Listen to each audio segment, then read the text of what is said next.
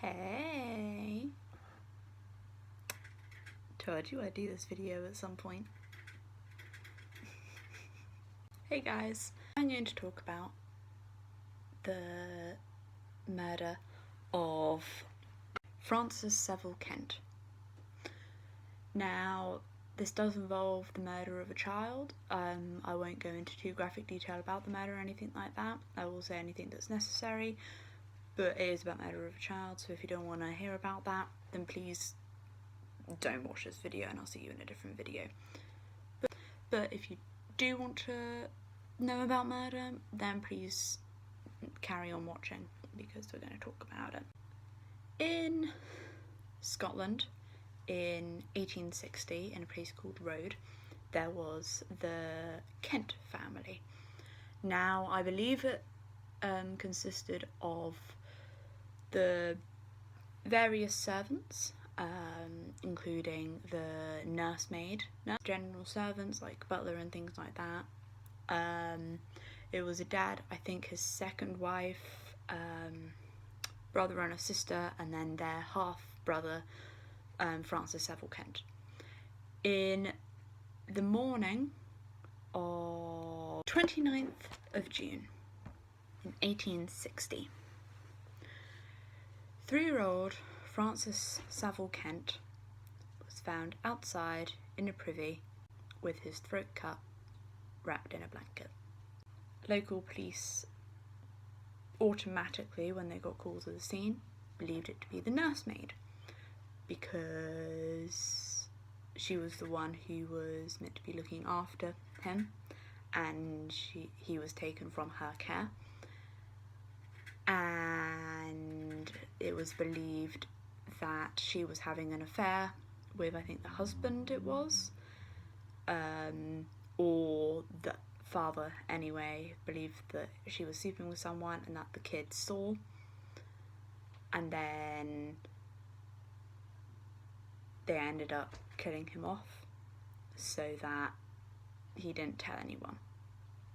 They also then believed that they opened up the window to make it look like it was a break-in and that the child was killed from break-in. The police found a nightgown that had blood on it. It's found stuffed inside a chimney. Chief detective of this case thought that they would leave it in the chimney so that the person who committed the murders wouldn't leave a crucial piece of information like that, would go and collect the items so that they could then later dispose of it. There were 2 guards put on duty to keep guard and make sure to get anyone who was there to then get rid of the evidence, but these people were trapped inside of the kitchen, locked in. When they managed to get out, the nightgown was gone. They just didn't report this to the authorities, so people never realised that the nightgown was found. The lack of progress was done. The local magistrate asked Home Office to send in local Chief Constable Captain Samuel Meredith to help further the investigation, and after I think he either asked for help or they continued asking when lack of progress carried on.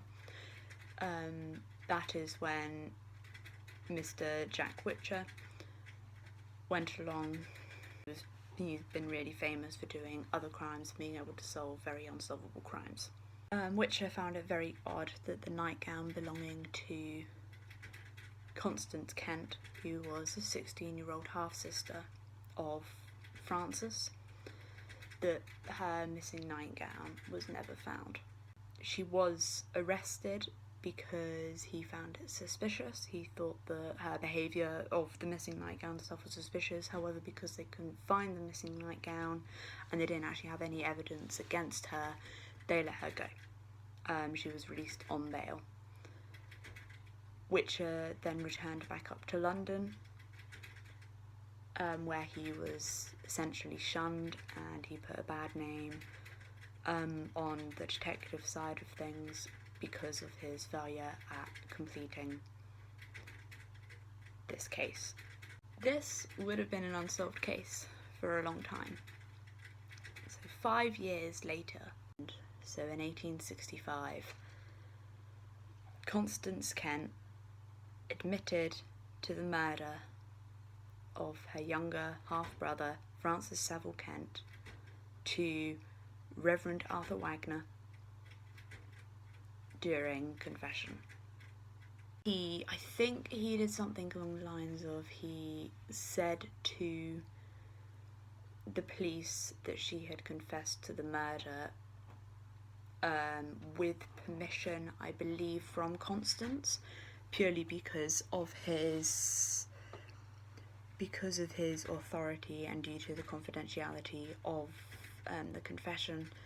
He said that he wasn't allowed to give all of the details and they would need to get all the details from Constance herself. A lot of people thought that this was a false claim. A lot of people believed that she was trying to protect a family member, and that is why she said it. And it was believed that it might have been the brother who ended up murdering the kid, but the sister took the blame for it. People also believed that the dad could have done it because he was an adulterer and thought that maybe the kid saw him with someone else, but he was never charged.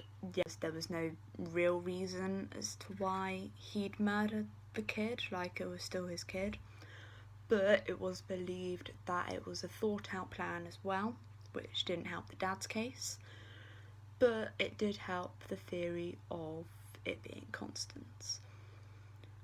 It was believed that Constance had periods of not being mentally sound and that it was a murder to get revenge on the child for being the favourite child of the father. Frances was arrested and she was originally put on to get the death penalty. However, due to her confession, so it wasn't like a hidden thing, she agreed to plead guilty for the murder,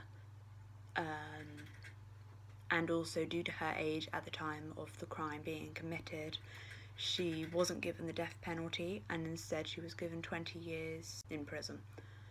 She spent these 20 years in various different prisons and she ended up getting released in 1885 at the age of 41. In 1886, she moved to Australia and moved in with her brother, who was a government advisor on fisheries. She changed her name to Ruth Emily Kay and trained as a nurse.